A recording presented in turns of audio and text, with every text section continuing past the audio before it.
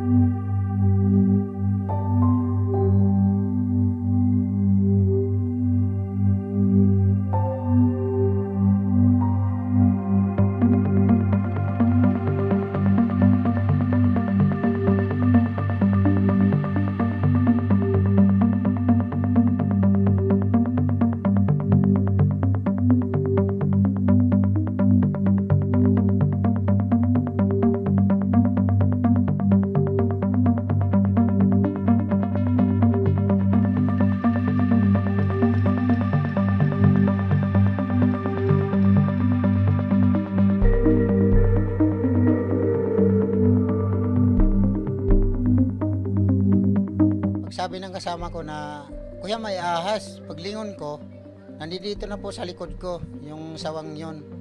Sabi ko, huwag kayo magtakbuhan ngayon. Sabi ko, hawakan mo yung buntot. Ngayon, hinawakan ng kasama ko. Sabi ko, hawakan mo lang, yung binitawan niya, yun, nagsipulasan na kaming lahat.